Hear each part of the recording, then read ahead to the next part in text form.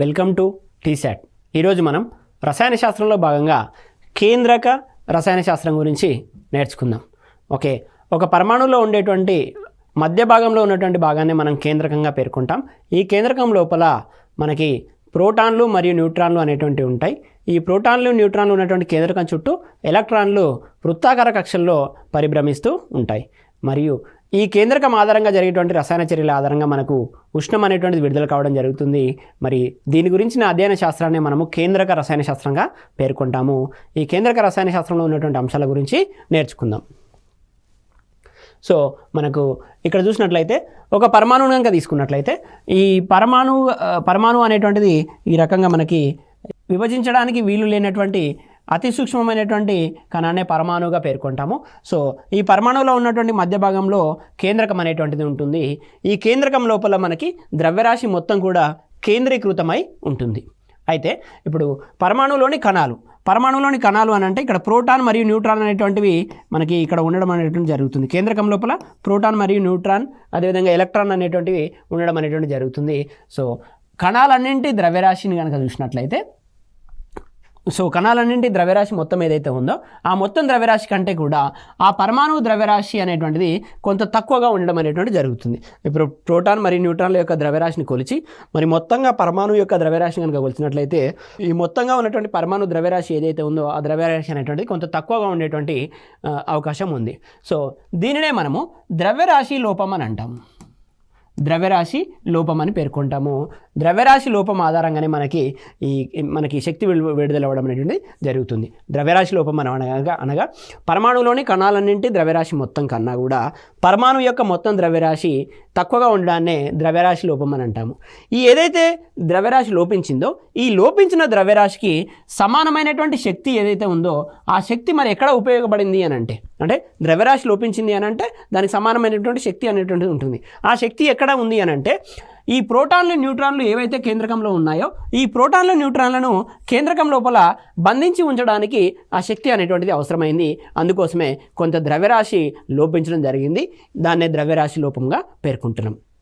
కేంద్రకం లోపల ప్రోటాన్లను న్యూట్రాన్లను బంధించి ఉంచడానికి కొంత శక్తి అవసరమైంది. ఆ శక్తికి సమానమైనటువంటి ద్రవ్యరాశి లోపించడం జరిగింది. దాన్నే ద్రవ్యరాశి లోపంగా పేర్కొంటాము. సో ఈ శక్తి ఏదైతే ఉందో ఈ శక్తిని మనము కేంద్రక బంధన శక్తి అని పేర్కొంటాము. ఆ శక్తినే మనము కేంద్రక బంధన శక్తిగా పేర్కొంటాము. మనము నెక్స్ట్ స్లైడ్ లోపల ఈ శక్తికి మరియు ద్రవ్యరాశికి మధ్యలో ఉన్నటువంటి సంబంధాన్ని మనకి ఐన్స్టీన్ ఈక్వేషన్ ద్వారా చూడవచ్చు. ఇక్కడ డెల్టా ఈ is equals to MC square అని అంటాము. డెల్టా ఈ is equals to MC square అంటే ద్రవ్యరాశి లోపించినప్పుడు దానికి సమానమైనటువంటి శక్తి విడుదల అవ్వడం, శక్తి లోపించినప్పుడు దానికి సమానమైనటువంటి ద్రవ్యరాశి సృష్టించబడడం అనేటువంటిది జరుగుతుంది. దీన్నే ద్రవ్యరాశి శక్తి తుల్యత నియమం అని అంటాము. ద్రవ్యరాశి శక్తి తుల్యత నియమంను ప్రతిపాదించినటువంటి శాస్త్రవేత్త ఎవరు అని ఇంతకుముందు మనకి పోటీ పరీక్షల్లో అడిగినటువంటి సందర్భం. మరి ద్రవ్యరాశి శక్తి తుల్యత నియమాన్ని ప్రతిపాదించినటువంటి శాస్త్రవేత్త ఐన్స్టీన్ అని గుర్తుపెట్టుకోండి. ద్రవ్యరాశి శక్తి తుల్యత నియమం అంటే ఏంటి అని అంటే ద్రవ్యరాశి విధ్వంసం అయినప్పుడు దానికి సమానమైనటువంటి శక్తి పుడుతుంది. ద్రవ్యరాశి ఎంతైతే విధ్వంసం అవుతుందో దానికి సమానమైనటువంటి శక్తి పుడుతుంది. అదేవిధంగా శక్తి కనుక అదృశ్యమైనట్లయితే, ఎనర్జీ అనేటువంటిది అదృశ్యమైనట్లయితే దానికి సమానమైనటువంటి ద్రవ్యరాశి పుట్టడం అనేటువంటి జరుగుతుంది. దీనినే ద్రవ్యరాశి శక్తి తుల్యత నియమంగా పేర్కొంటాము. దీన్ని ప్రతిపాదించినటువంటి శాస్త్రవేత్త ఐన్స్టీన్. దీనికి సంబంధించినటువంటి ఈక్వేషన్ డెల్టా ఈ is equals to MC square. ఈ ఏదైతే ఉందో దాన్ని మనం శక్తిగా పేర్కొంటాము. ఇక్కడ ఎం ఏదైతే ఉందో దాన్ని ద్రవ్యరాశిగా పేర్కొంటాము. ఈ అనేటువంటిది శక్తి, దీన్ని కేంద్రక బంధన శక్తి కూడా పేర్కొంటాము. ఎం అనేటువంటిది ద్రవ్యరాశి, పరమాణు ద్రవ్యరాశి. సి అనేటువంటిది వెలాసిటీ ఆఫ్ లైట్, కాంతి వేగం ఏదైతే ఉందో ఆ కాంతి వేగం. ఈ is directly proportional to the ఎం అని గుర్తుపెట్టుకోండి. సో వీటి మధ్య లోపల కాన్స్టాంట్ అనేటువంటిది సి, లైట్ వెలాసిటీ అనేటువంటిది స్థిరాంకంగా ఉండడం జరుగుతుంది. ఇది ద్రవ్యరాశి శక్తి తుల్యత నియమానికి సంబంధించినటువంటి అంశం. నెక్స్ట్ మరో అంశం కాంతి విద్యుత్ ఫలితంగా మనం పేర్కొంటాము. సో సోడియం, పొటాషియం ఇవి రెండు కూడా లోహాలు. ఇలాంటి క్షార లోహాలు ఏదైతే ఉన్నాయో ఈ క్షార లోహాల తలాల పైన మనకి ఒక సరైనటువంటి పవనపుణ్యం కలిగినటువంటి కాంతి కిరణాలను ఈ రకంగా ప్రసరింపజేసినప్పుడు ఈ లోహ తలాల నుండి మనకు ఎలక్ట్రాన్లు అనేటువంటివి బయటికి రావడం జరుగుతుంది. ఈ లోహ తలాల నుండి ఎలక్ట్రాన్లు అనేటువంటివి బయటికి రావడం జరుగుతుంది. ఈ ఎఫెక్ట్నే మనము కాంతి విద్యుత్ ఫలితము అని అంటాము. కాంతి విద్యుత్ ఫలితం అని ఇంగ్లీష్ లోపల ఫోటో ఎలక్ట్రిక్ ఎఫెక్ట్గా పేర్కొంటున్నాం. కాంతి విద్యుత్ ఫలితం అని అంటే సోడియం పొటాషియం లాంటి క్షారలోహ తలాలపైన సరైన పౌనపుణ్యం గల కాంతి పడినప్పుడు ఆ లోహ తలం నుండి ఎలక్ట్రాన్లు బయటకు రావడం అనేటువంటిది జరుగుతుంది. సో ఎంత పౌనపుణ్యం కలిగినటువంటి కాంతి పడినప్పుడు ఎలక్ట్రాన్లు బయటకు వస్తున్నాయో దాన్నే మనము థ్రెషోల్డ్ ఫ్రీక్వెన్సీగా పేర్కొనడం అనేటువంటి జరుగుతుంది. సో అంతకు ఎక్కువగా ఉన్నటువంటి కాంతి పడ్డప్పుడు మాత్రమే ఎలక్ట్రాన్లు విడుదలవుతాయి. అంత పౌనపుణ్యానికి తక్కువగా ఉన్నటువంటి పౌనపుణ్యం కలిగిన కాంతి పడ్డప్పుడు ఎలక్ట్రాన్లు విడుదల కావు. దాన్నే థ్రెషోల్డ్ ఫ్రీక్వెన్సీగా పేర్కొంటాము. అందుకే ఇక్కడ సరైన పౌనపుణ్యంగా పేర్కొనడం జరిగింది. సో ఈ మొత్తం ఫలితాన్ని మనము కాంతి విద్యుత్ ఫలితము లేదా కాంతి విద్యుత్ ప్రభావంగా ఫోటో ఎలక్ట్రిక్ ఎఫెక్ట్గా పేర్కొంటాము. ఈ రకంగా వెలువడినటువంటి ఎలక్ట్రాన్లు ఏవైతే ఉన్నాయో వాటిని ఫోటో ఎలక్ట్రాన్లు లేదా కాంతి ఎలక్ట్రాన్లు అని పేర్కొంటాము. కాంతి ప్రభావాన్ని కాంతి విద్యుత్ ప్రభావం అని, ఎలక్ట్రాన్లను కాంతి ఎలక్ట్రాన్లు అని పేర్కొనడం అనేటువంటిది జరిగింది. మరి ఈ కాంతి విద్యుత్ ఫలితము లేదా ఫోటో ఎలక్ట్రిక్ ఎఫెక్ట్ని కనుగొన్నటువంటి శాస్త్రవేత్త ఎవరు అని అంటే మనకి ఐన్స్టీన్ అని గుర్తుపెట్టుకోండి. ద్రవ్యరాశి శక్తి తుల్యత నియమాన్ని అదేవిధంగా ఫోటో ఎలక్ట్రిక్ ఎఫెక్ట్ని కనిపెట్టినటువంటి శాస్త్రవేత్త ఐన్స్టీన్. నెక్స్ట్ మనం చూద్దాము మరో సిద్ధాంతము, ప్లాంక్ క్వాంటం సిద్ధాంతము. ఈ ప్లాంక్ క్వాంటం సిద్ధాంతం అనేటువంటిది శక్తికి మరియు పౌనపుణ్యానికి మధ్యలో ఉన్నటువంటి న్యూ అనేటువంటిది ఫ్రీక్వెన్సీ, శక్తికి మరియు పౌనపుణ్యానికి మధ్యలో ఉన్నటువంటి సంబంధాన్ని తెలియజేస్తుంది. మరి ఎనర్జీ ఎలక్ట్రోమాగ్నెటిక్ రేడియేషన్ కనుక తీసుకున్నట్లయితే ఎలక్ట్రోమాగ్నెటిక్ రేడియేషన్ యొక్క శక్తి అనేటువంటిది పౌనపుణ్యానికి అనులోమానుపాతం లోపల ఉండడం అనేటువంటిది జరుగుతుంది. ఇక్కడ ఈ ఎనర్జీ అనేటువంటిది ఈ అనులోమానుపాతం ఏదైతే ప్రపోర్షనాలిటీ కాన్స్టాంట్ ఇక్కడ ఉందో ప్రపోర్షనాలిటీని తీసేసినప్పుడు ప్రపోర్షనాలిటీ కాన్స్టాంట్ అనేటువంటిది రావడం జరుగుతుంది. హెచ్ న్యూగా పేర్కొంటాం. ఈ ఈజ్ ఈక్వల్స్ టు హెచ్ న్యూగా పేర్కొంటాము. హెచ్ అనేటువంటిది ప్లాంక్స్ కాన్స్టాంట్ అని గుర్తుంచుకోండి. ఈ ప్లాంక్స్ కాన్స్టాంట్ యొక్క విలువను కనుక తీసుకున్నట్లయితే 6.625 ఇంటూ 10⁻⁻34 జౌల్ పర్ సెకండ్గా గుర్తుపెట్టుకోండి. అదేవిధంగా ఇదే హెచ్ వాల్యూని మనము ఎర్గ్స్ లోపల చూసినట్లయితే 6.625 ఇంటూ 10⁻⁻27 ఎర్గ్ సెకండ్గా గుర్తుంచుకోండి. ఇదేమో జౌల్ సెకండ్, ఇదేమో erg second. Erg per second కాదు, జౌల్ సెకండ్, ఎర్గ్ సెకండ్ ఇంటూనే ఉంటుంది మధ్యలో. So H is equals to 6.625 10⁻⁻34, H is equals to 6.625 10⁻⁻27 erg second. So Planck quantum సిద్ధాంతం అనేటువంటిది ఒక శక్తికి మరియు పౌనపుణ్యానికి మధ్య కలిగినటువంటి సంబంధాన్ని తెలియజేస్తుంది. శక్తి అనేటువంటిది పౌనపుణ్యానికి అనులోమానుపాతంలో ఉంటుంది. అంటే ఒక ఎలక్ట్రోమాగ్నెటిక్ రేడియేషన్ యొక్క ఎనర్జీ కనుక పెరిగినట్లయితే పౌనపుణ్యం కూడా పెరుగుతుంది.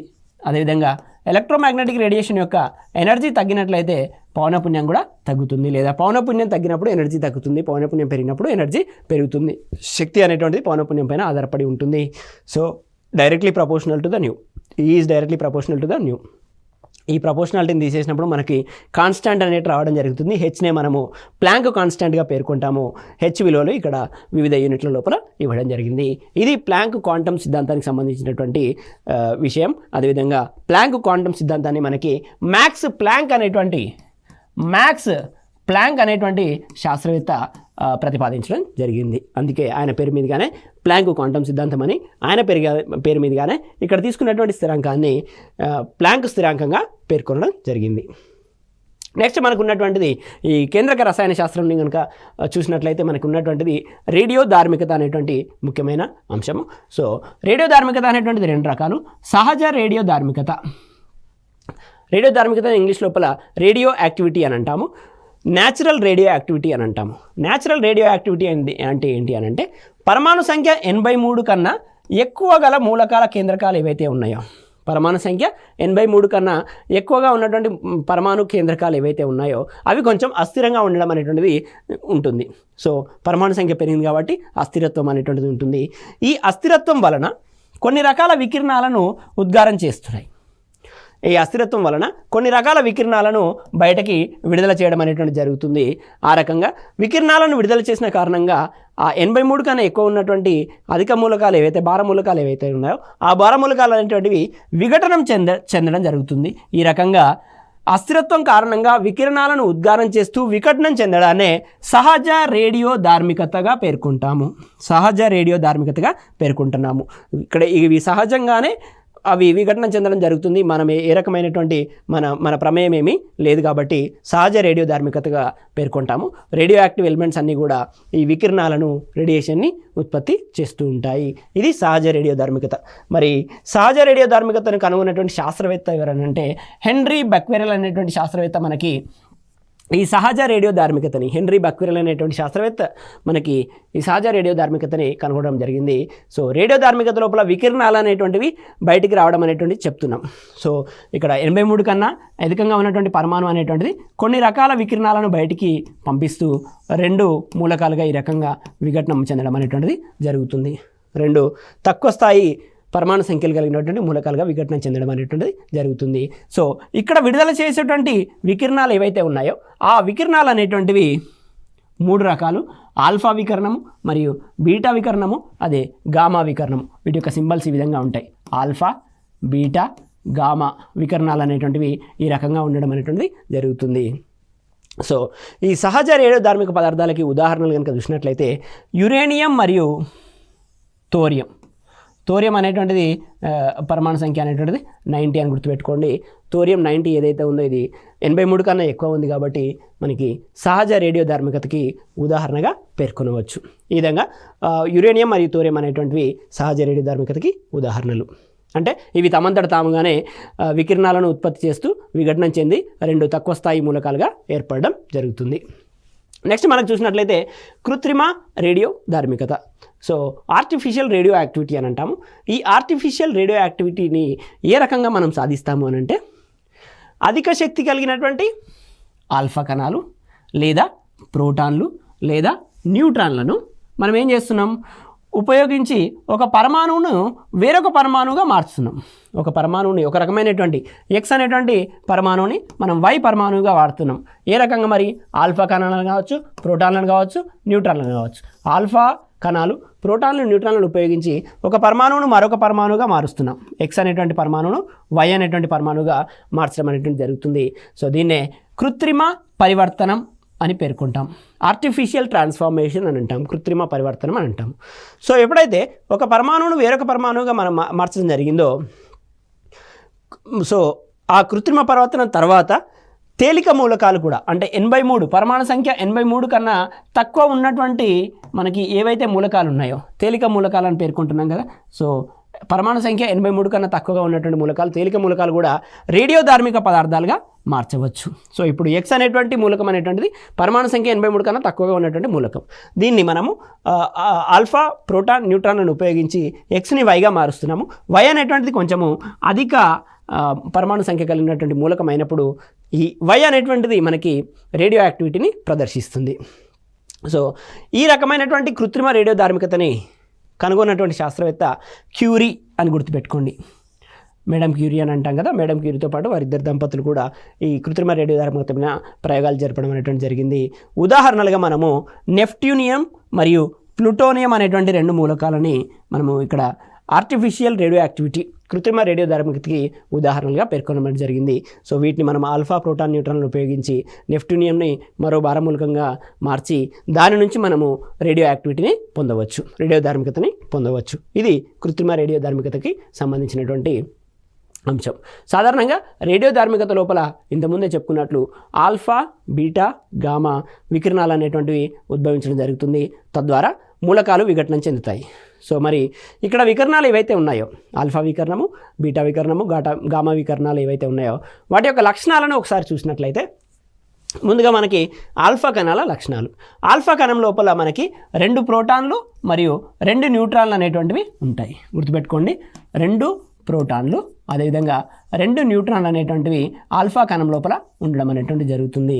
సో మనకి హీలియం అనేటువంటి ఒక పరమాణు అనేటువంటిది ఉంది. హీలియం యొక్క పరమాణు సంఖ్యను కనుక తీసుకున్నట్లయితే 2. హీలియం యొక్క పరమాణు సంఖ్యను కనుక తీసుకున్నట్లయితే 2 సార్లు అయనీకరణం చెందిన హీలియం పరమాణువుతో సమానము ఆల్ఫా కణము. అంటే ఒకసారి అయనీకరణం అని అంటే హీలియం నుంచి మనము ఒక ఎలక్ట్రాన్ని తీసేస్తే He+1 అనేటువంటిది రావడం జరుగుతుంది. అప్పుడు ఈ He+1ని తీసుకొని మరోసారి అయనీకరణం చెందించాలి. ఇక్కడ ఏమంటున్నాం, 2 సార్లు అయనీకరణం చెందించిన హీలియం పరమాణుతో సమానం అని అంటున్నాం. కాబట్టి He+1ని తీసుకొని ఇక్కడ ఏర్పడేటువంటి He+1ని తీసుకొని మరో ఎలక్ట్రాన్ కనుక తీసినట్లయితే మనకి He+2 అనేటువంటిది ఉండడం జరుగుతుంది. ఇక్కడ చూడండి, హీలియం యొక్క పరమాణు సంఖ్య 2 అని అన్నాం. హీలియం యొక్క పరమాణు సంఖ్య 2 అయినప్పుడు హీలియం పరమాణు లోపల ఈ రకంగా ఉంటుంది. సో హీలియం పరమాణు లోపల మనకి 2 ఎలక్ట్రాన్లు అనేటువంటివి కక్షలలో తిరుగుతూ ఉంటాయి. హీలియం పరమాణు యొక్క మధ్య భాగం లోపల 2 ప్రోటాన్లు మరియు 2 న్యూట్రాన్లు అనేటువంటివి ఉండడం జరుగుతుంది. అంటే ఎలక్ట్రాన్ల సంఖ్యకి సరి సమానంగా మనకి ప్రోటాన్ల సంఖ్య అనేటువంటిది ఉంటుంది. 2 ప్రోటాన్లు 2 న్యూట్రాన్లు ఈ విధంగా ఉంటాయి. ఇక్కడ ఏం చేస్తున్నాం, 2 సార్లు అయనీకరణ సాధించిన కారణంగా ఇక్కడ ఇదే హీలియంని తీసుకొని ఒకసారి అయనీకరణం చెందిస్తే ఈ 2 ఎలక్ట్రాన్ల నుండి ఒక ఎలక్ట్రాన్ బయటికి పోయి మనకి He+ అనేటువంటిది ఏర్పడడం జరిగింది. ఏర్పడేటువంటి He+1ని మరోసారి అయనీకరణం చెందిస్తే రెండవ ఎలక్ట్రాన్ కూడా పోయి He+2 అనేటువంటిది ఏర్పడడం జరిగింది. ఆ రకంగా He+2 ఏర్పడ్డప్పుడు మనకి ఈ 2 ఎలక్ట్రాన్లు అనేటువంటివి ఉండవు, బయటికి వెళ్ళిపోయినాయి. కాబట్టి మిగిలిపోయినటువంటిది 2 ప్రోటాన్లు 2 న్యూట్రాన్లు. అందుకే ఆల్ఫా కణం లోపల 2 ప్రోటాన్లు 2 న్యూట్రాన్లు ఉంటాయని చెప్పడం జరిగింది. ఇక్కడ మనకి 2 సార్లు అయనీకరణ చెందిన హీలియం పరమాణువుతో ఆల్ఫా కణం అనేటువంటిది సమానంగా ఉంటుంది. సో ఈ కణం యొక్క ద్రవ్యరాశి ప్రోటాన్ ద్రవ్యరాశికి 4 రెట్లుగా ఉంటుంది.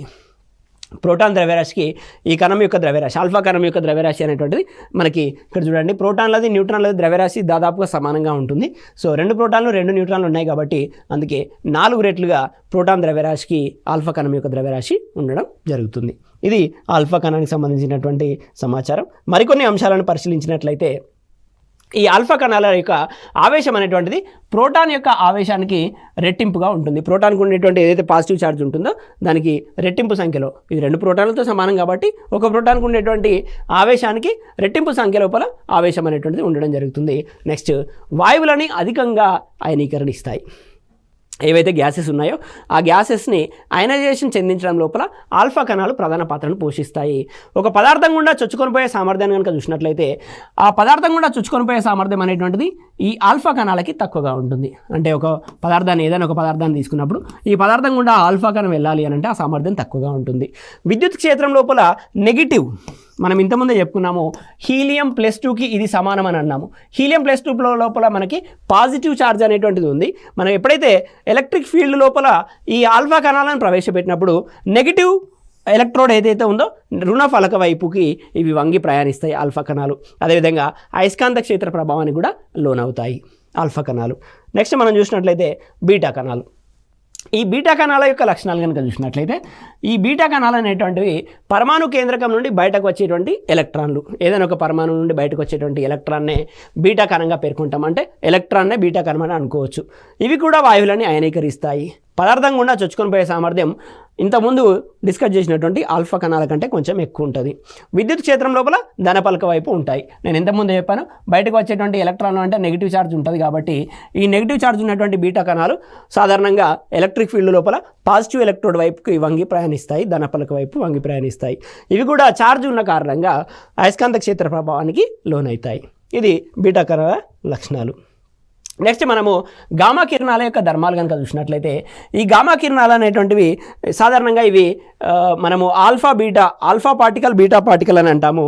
కానీ ఇక్కడ ఈ గామా ఏవైతే ఉందో ఇవి కణాలు కావు, ఇవి విద్యుత్ అయస్కాంత తరంగాలు, ఎలక్ట్రోమాగ్నెటిక్ రేడియేషన్గా పేర్కొంటాము. వీటికి అయనీకరణ సామర్థ్యం చాలా తక్కువ. ఇంతకుముందు డిస్కస్ చేసినటువంటి ఆల్ఫా బీటా ఏవైతే ఉన్నాయో అవి వాయువులని అయనీకరిస్తాయి, కానీ వీటికి అయనీకరణ సామర్థ్యం అనేటువంటిది తక్కువ, ఎందుకంటే రేడియేషన్ కాబట్టి. సో పదార్థం గుండా చొచ్చుకొని పోయే సామర్థ్యం అనేటువంటిది ఆల్ఫా బీటాల కంటే ఎక్కువ. అవి కణాలు కాబట్టి ఏదైనా ఒక పదార్థం గుండా చొచ్చుకొని పోవాలి అని అంటే వాటికి సామర్థ్యం తక్కువగా ఉంటుంది.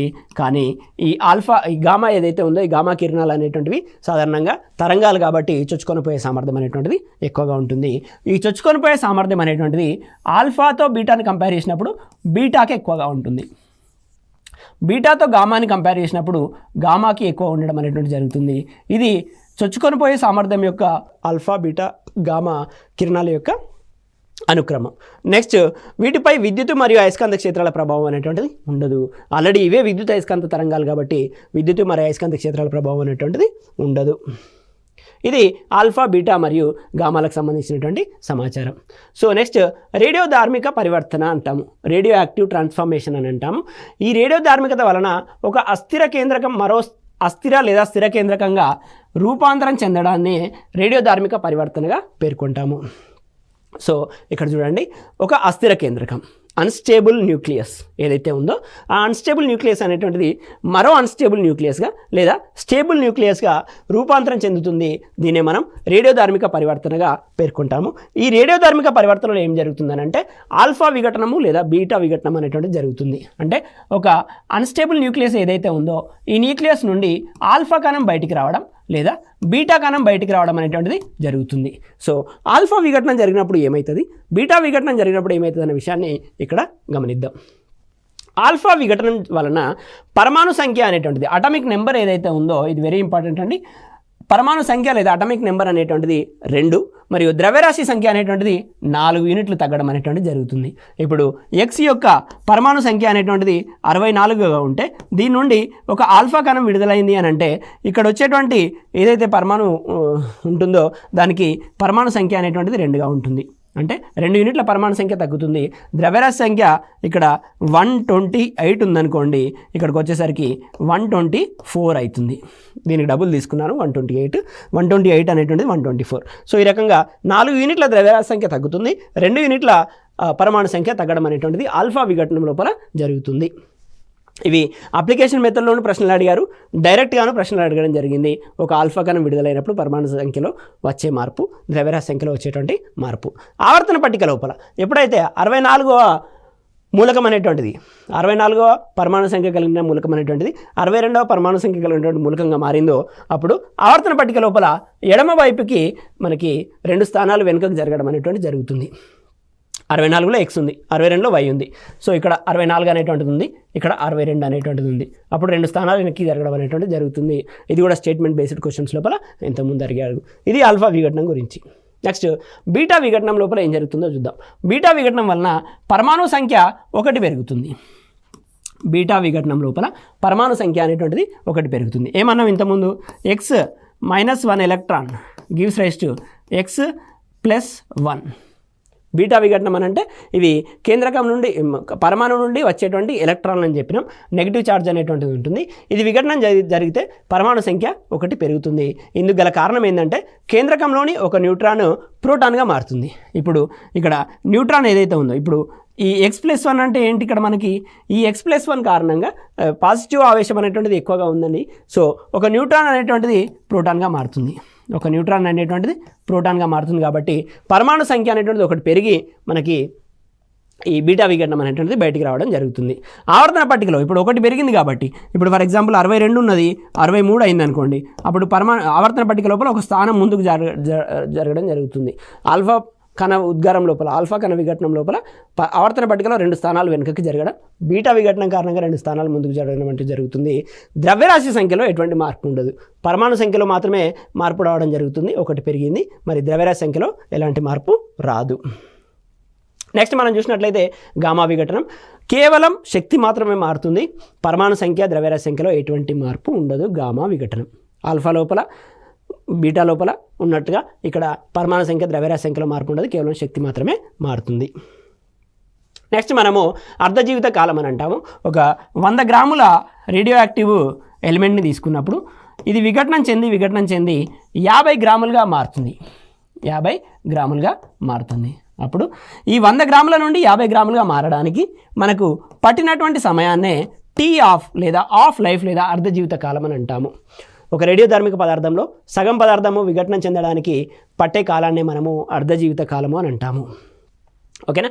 Tea half is equals to 0.693 by ల్యాండాగా పేర్కొంటాము. ఈ ల్యాండా అనేటువంటిది రేడియో యాక్టివ్ డిసింటిగ్రేషన్ కాన్స్టెంట్ అని అంటాము. ఓకేనా. T half is equals to 0.693 by lambda. So దీన్నే టీ ఆఫ్ అర్ధజీవిత కాలంగా పేర్కొంటాం. నెక్స్ట్ మనం చూసినట్లయితే కొన్ని రకాల రేడియోధార్మిక ఐసోటోపులు మరియు వాటి యొక్క ఉపయోగాలు. బేరియం 131ని ఎముకల గడ్డలను గుర్తించడానికి మనకి ఉపయోగించడం అనేటువంటిది జరుగుతుంది. అదేవిధంగా క్రోమియం 51 ఏదైతే ఉందో రక్త పరిమాణాన్ని గుర్తించుట, కాలేయ పనితీరును అంటే లివర్ ఫంక్షనింగ్ ఏ విధంగా ఉందనే దానికి క్రోమియం 51 అనేటువంటి ఐసోటోప్ని గుర్తించడం జరుగుతుంది. గాలియం 67 ఏదైతే ఉందో కణజాల గుర్తింపు, వివిధ రకాల కణజాలాల వ్యాధి పరిస్థితిని గుర్తించవచ్చు గాలియంని ఆధారం చేసుకొని. అయోడిన్ మనకు తెలుసు థైరాయిడ్ గ్రంథి పనితీరు లోపల మనకి ప్రధాన పాత్ర పోషించేటువంటి మూలకం అయోడిన్. అదే అయోడిన్ 123 అనేటువంటి ఐసోటోప్ని ఉపయోగించి థైరాయిడ్ గ్రంథి పనితీరును అధ్యయనం చేయవచ్చు. ఐరన్ ఏదైతే ఉందో మన రక్తం లోపల హిమోగ్లోబిన్ వర్ణద్రవ్యం లోపల ఐరన్ అనేటువంటిది ఉంటుంది. ఇక్కడ ఐరన్ 59 అనేటువంటి ఐసోటోప్ని ఉపయోగించి రక్తంలో ఐరన్ పనితీరును నిర్ధారించుట మరియు మెదడు లోపల ఉన్నటువంటి ట్యూమర్లు అదే క్యాన్సర్స్ అని అంటాం కదా, సో ఆ ట్యూమర్లని ఐరన్ 59 తోటి గుర్తించవచ్చు.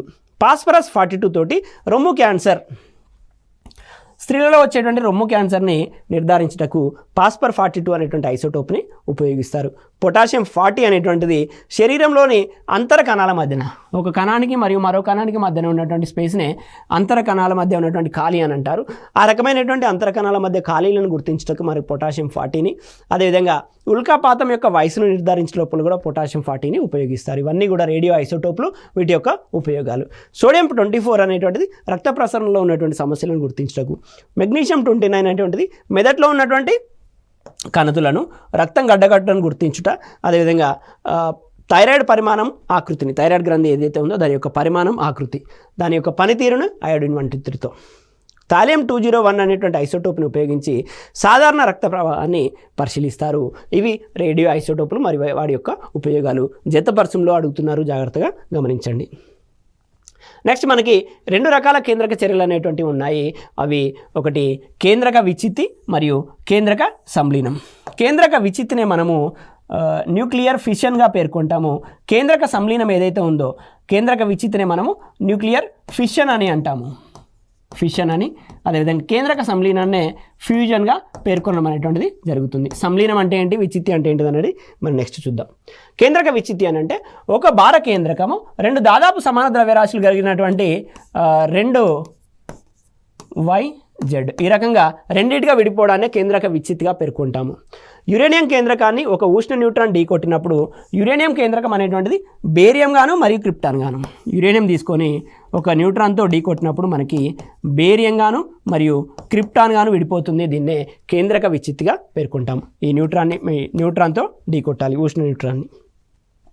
సో నెక్స్ట్ మనం శృంఖల చర్య అంటాం. ఇప్పుడు యురేనియంని న్యూట్రాన్తో ఢీకొట్టడం అనేటువంటిది జరిగింది. ఇప్పుడు మనకి బేరియం మరియు క్రిప్టాన్ అనేటువంటిది రావడం జరిగింది. దీంతో పాటు మనకి మరో 3 న్యూట్రాన్ అనేటువంటివి రావడం జరిగింది. ఈ 3 న్యూట్రాన్లు ఇక్కడ నుండి వచ్చినటువంటి 3 న్యూట్రాన్లు మరో యురేనియంని ఢీకొట్టడం అనేటువంటిది జరుగుతుంది. మరో యురేనియం మళ్ళీ ఇక్కడ నుండి 3 న్యూట్రాన్లు అనేటువంటి రావడం అనేటువంటి జరుగుతుంది. ఇది ముగ్గురికి సాయం చేయండి, ఆ ముగ్గురు ఇంకో ముగ్గురికి సాయం చేయండి అన్నట్టుగా ఈ చర్య అనేటువంటిది అలాగే కొనసాగుతూ ఉంటుంది. దీన్నే శృంఖల చర్యగా పేర్కొంటారు. ఈ శృంఖల చర్యని ఆధారం చేసుకునే మనకు ఆటం బాంబు నిర్మాణం అనేటువంటిది జరిగింది. అదేవిధంగా న్యూక్లియర్ రియాక్టర్ లోపల మనం శక్తిని పొందేటువంటి మన రేడియో యాక్టివ్ ఎలిమెంట్స్ని ఉపయోగించి న్యూక్లియర్ రియాక్టర్ లోపల మనం శక్తిని పొందడం జరుగుతుంది. ఆ న్యూక్లియర్ రియాక్టర్లో జరిగేటువంటి చర్య కూడా శృంఖల చర్య. కానీ ఇక్కడ ఆటం బాంబు లోపల అనియంత్రిత శృంఖల చర్య ఉంటుంది. న్యూక్లియర్ రియాక్టర్ లోపల నియంత్రిత శృంఖల చర్య, కంట్రోల్డ్ చైన్ రియాక్షన్ అనేటువంటిది న్యూక్లియర్ రియాక్టర్ లోపల ఉంటుంది. అందుకే మనం ఎప్పుడు కావాలంటే అప్పుడు దాన్ని కంట్రోల్ చేయవచ్చు. ఇది శృంఖల చర్య ఆటం బాంబు మరియు న్యూక్లియర్ రియాక్టర్ లోపల వాడతాం. నెక్స్ట్ మనం చూసినట్లయితే కేంద్రక సంలీనం, ఇది మరో రకమైనటువంటి కేంద్రక చర్య. 2 తేలికపాటి పరమాణు కేంద్రకాలు కలిసి, అంటే ఇంతకుముందు మనం చెప్పినట్టు X అనేటువంటిది Y మరియు Zగా విడిపోవడం అనేటువంటిది జరిగింది. ఇప్పుడు ఏమవుతుంది, Y మరియు Z అనేటువంటి 2 చిన్న కేంద్రకాలు, ఇవి 2 కలిసి Xగా ఏర్పడడం అనేటువంటి జరుగుతుంది. 2 తేలికపాటి పరమాణు కేంద్రకాలు కలిసి ఒక భార పరమాణు కేంద్రకంగా మారే ప్రక్రియనే కేంద్రక సంలీనం అంటారు. సో ఈ కేంద్రక సంలీన చర్య లోపల మనకి, అదేవిధంగా కేంద్రక విచ్చిత్తి చర్య లోపల అధిక మొత్తంలో శక్తి విడుదలవుతుంది. రెండిట్లో కూడా 2 హైడ్రోజన్ పరమాణువులు కలిసి డ్యూటీరియం ఏర్పడడాన్ని మనము ఈ కేంద్రక సంలీన చర్యకి ఉదాహరణగా చెప్పవచ్చు.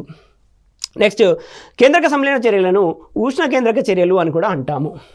ఎందుకంటే అధిక మొత్తంలో ఉష్ణం అనేటువంటిది విడుదల అవుతుంది కాబట్టి ఉష్ణ కేంద్రక చర్యలు అని అంటాము రెండు కూడా. సో నక్షత్రాలలో సూర్యుని లోపల నిరంతరము కేంద్రక సంలీన చర్యలు అనేటువంటివి జరుగుతాయి. గుర్తుంచుకోండి, ఆటం బాంబు లోపల న్యూక్లియర్ రియాక్టర్ లోపల కేంద్రక విచ్చిత్తి చర్యలు ఉంటాయి. సూర్యుని లోపల మరియు నక్షత్రాల లోపల మనకి కేంద్రక సంలీన చర్యలు అనేటువంటి ఉంటాయి. ఈ రెండో అంశాలే అనేక సార్లు పోటీ పరీక్ష లోపల మనకు అడగడం అనేటువంటి జరిగింది. హైడ్రోజన్ బాంబు యొక్క పని విధానం కనుక చూసినట్లయితే అనియంత్రిత కేంద్రక సంలీన చర్య అని గుర్తుపెట్టుకోండి. అనియంత్రిత అంటే అన్కంట్రోల్డ్ కేంద్రక సంలీన చర్య అని గుర్తుపెట్టుకోండి. ఇది మనకి కేంద్రక రసాయన శాస్త్రము మరి దానిలో ఉన్నటువంటి అంశాల గురించి. మరో క్లాస్లో మరో పాఠ్యాంశంతో మేము ముందుకు వస్తాను. Thank you one and all.